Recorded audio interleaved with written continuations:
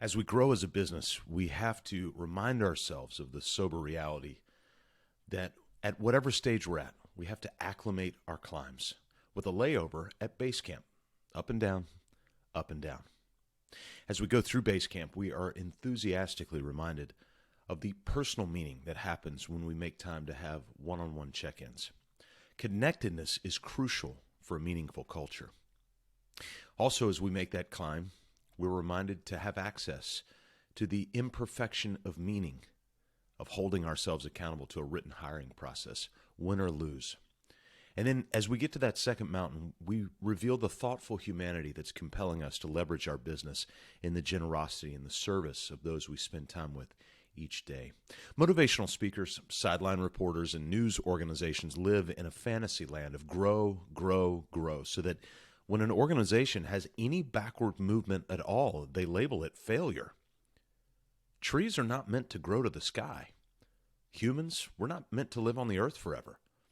Life and business necessarily intersect, and both are a rhythm of climb, descend, climb, descend. This past week, I was walking the coastline of Myrtle Beach while my son was about to run in his first competitive collegiate race in over a year because of injury. I noticed something.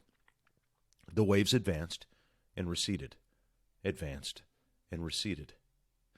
We're not designed to sit on the mountaintop full time. We've alluded to the fact that an altitude of 8,000 feet is considered the death zone. When a car regularly redlines the RPMs, it will eventually burn up. Ironically, we're designed to come back down to base camp often.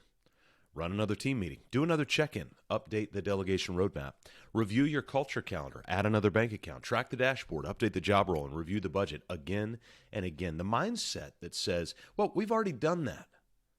That mindset's going to need to be replaced with the mindset instead of let's do it again.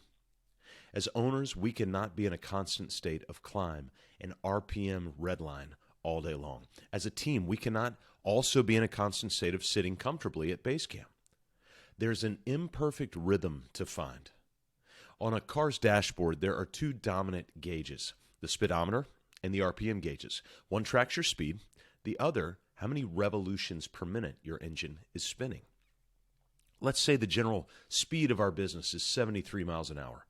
Sometimes we must speed up to 80 and get close to redline. Other times we slow down to 65 or 70. There's always acceleration of some kind, whether the acceleration is summiting up the second mountain at 80 miles an hour with high RPMs, or slowing the RPMs back down to base camp at 65 or 70. We never take our foot off the gas, and yet we modulate the gas pedal to the appropriate revolutions. A car is not designed to sit idle at 0 RPMs. A car is not also designed to redline constantly at 9,000 RPMs. Sometimes business is a rush, the new, the innovative. Most times, though, it's a steady 73 miles an hour at 2,000 RPMs, heading to a particular place at a particular pace. Weekly schedule, team meetings, culture calendar, etc. Dallas Willard, probably my favorite author, was asked this question: what must we do to be healthy?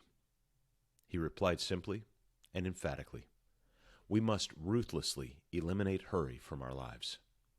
When asked if there was anything else, he offered kindly, there's nothing else. If I may, I would like to adapt the statement into our business on purpose vernacular. We must ruthlessly eliminate chaos from our lives. How? Well, activating ourselves with the oxygen of repetition, predictability, and meaning of a rhythmic climb up and ascent back down. Up to implementation, down to delegation.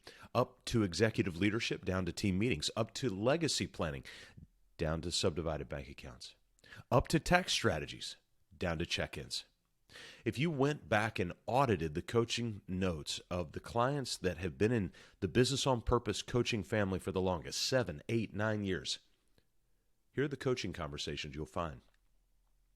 An accounting culture calendar, a new executive job role, an updated org chart, a video sales process, a job tracking sheet on a spreadsheet, an expansion checklist, implementing one-on-one check-ins on a regular basis, and redoing your weekly schedule.